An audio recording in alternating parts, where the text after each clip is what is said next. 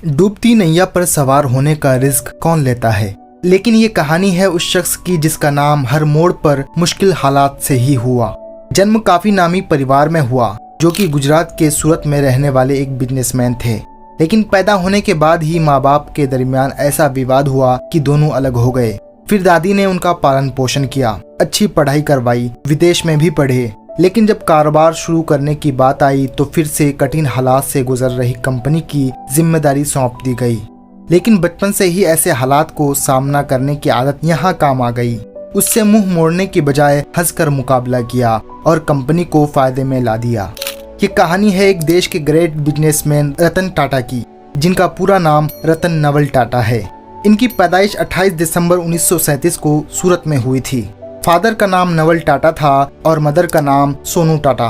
बताया जाता है कि उनके माता पिता के बीच तलाक हो गया था, इसलिए उनका पालन पोषण उनकी दादी नवाज बाई टाटा ने किया, जिससे कि रतन टाटा को उन्होंने गोद ले लिया।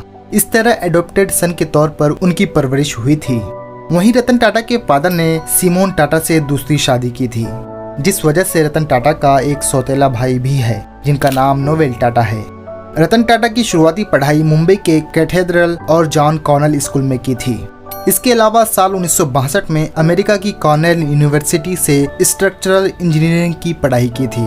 आखिर में हार्वर्ड यूनिवर्सिटी से 1975 में एडवांस मैनेजमेंट प्रोग्राम किया था। तो दोस्तों आइए उनकी सक्सेस स्टोरी के बारे में जानते हैं। रतन टाटा बिजनेसमैन घराने से थे। पढ़ाई के बाद उन्होंने साल 1971 में राष्ट्रीय रेडियो इलेक्ट्रॉनिक्स कंपनी यानी कि नेल्को में डायरेक्टर इंचार्ज सेलेक्ट किया गया। जब उन्हें ये कमान सौंपी गई थी उस वक्त कंपनी बुरे दौर से गुजर रही थी। लेकिन इससे मुंह मोड़ने के बजाय रतन टाटा ने अपनी काबिलियत के दम पर नेल्को कंपनी को न सिर्फ उस झटके से उभारा बल्कि 20% हिस्सेदारी भी बढ़ाने में सफल रहे। हालांकि इमरजेंसी और आर्थिक मंदी से कंपनी को काफी नुकसान हुआ था। फिर 1977 में टाटा को यूनियन की हड़ताल का सामना करना पड़ा, जिसके चलते बाद में नेल्को कंपनी बंद करनी पड़ी थी। दोस्तों अब हम रतन टाटा की कंपनी लिस्ट के बारे में बात कर लेते हैं। कुछ महीनों बाद ही रतन टाटा को कपड़ा मिल एंड पेंट्स मिल्स की जिम्मेदारी दे दी गई। ये कंपनी भी उस समय घाटे में थी, आखिरकार उसे भी बंद करना पड़ा था। लेकिन रतन टाटा ने कभी हार नहीं मानी। कहा जाता है कि रतन टाटा कंपनी बंद नहीं करना चाहते थे, लेकिन मजबूरी में ये फैसला लेना पड़ा था।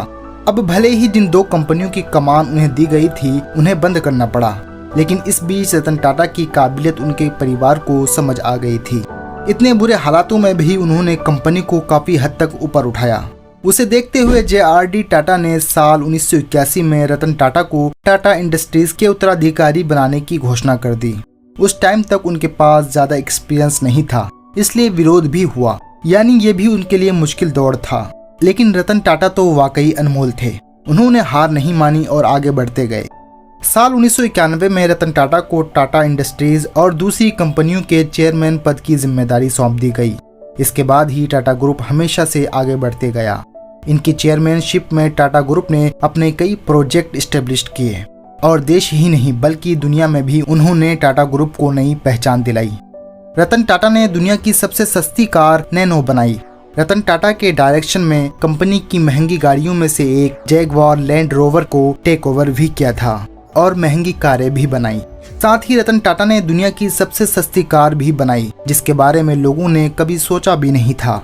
लखटकिया यानी लाख रुपए में कार लेने के सपने को भी रतन टाटा ने ही पॉसिबल कर दिया था। रतन टाटा की महज 1 लाख रुपए वाली कार को दुनिया की सबसे सस्ती कार बताई गई है। 28 दिसंबर 2012 को रतन टाटा टाटा ग्रुप के सभी एग्जीक्यूटिव जिम्मेदारी से रिटायर हो गए थे। इसके बाद साइरस मिस्ट्री को टाटा ग्रुप के चेयरमैन पद की जिम्मेदारी सौंप दी गई। हालांकि रतन टाटा रिटायरमेंट के बाद भी एक्टिव थे और काम कर रहे थे। रतन टाटा ने अपने 21 साल के कार्यकाल में कंपनी को उस चोटी पर पहुंचा दिया जहां जाने के लिए लोग सपने देखते हैं, और कंपनी की वैल्यू को 50 गुना ज्यादा बढ़ा दी थी। अब हम रतन टाटा की सबसे फेमस स्टोरी के बारे में जानते हैं। इस कहानी की शुरुआत हुई थी साल 1998 में। उस टाइम टाटा मोटर ने अपनी पहली पैसेंजर कार इंडिका बाजार में उतारी थी। यह रतन टाटा की ड्रीम प्रोजेक्ट कहा जाता था। लेकिन रतन टाटा ने जो सोचा था वैसा नहीं हुआ। टाटा मोटर्स घाटे में जाने लगी थी। हालात ऐसे हो गए थे कि उन्होंने पहली बार कंपनी को बेचने का फैसला किया। वो कंपनी को बेचने के लिए अमेरिका की कंपनी फोर्ड के पास गए। उस वक्त रतन टाटा और फोर्ड कंपनी के मालिक बिल फोर्ड के बीच घंटों मीटिंग हुई थी, जिसमें रतन टाटा के हालात को देखकर बिल फोर्ड ने उनके साथ अच्छा व्यवहार नहीं किया। फोर्ड ने यहाँ तक कह दिया कि जिस कारोबार के बारे में आपको जानकारी नहीं, उसमें इतना पैसा लगाने की क्या जरूरत। आखिर में फोर्ड ने हद ही कर दी और यह कह दिया कि यह कंपनी खरीदकर हम आप पर एहसान कर रहे हैं।